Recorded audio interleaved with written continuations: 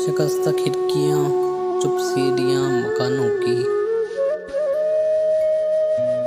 सुना रहे हैं कहानी गए ज़मानों की। अकेले प्यास के मारे दरख्त के पत्ते, ज़बानें निकली हुई जैसे बेज़बानों की।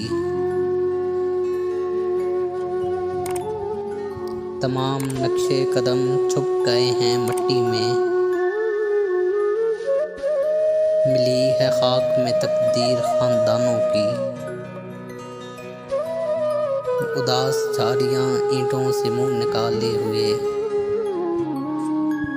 निशानियाँ हैं यही चंद बेनिशानों की। ये ऊंची नीची छतों के बगैर दीवारें, ज़मीं पे लिखी कहानी है आसमानों की।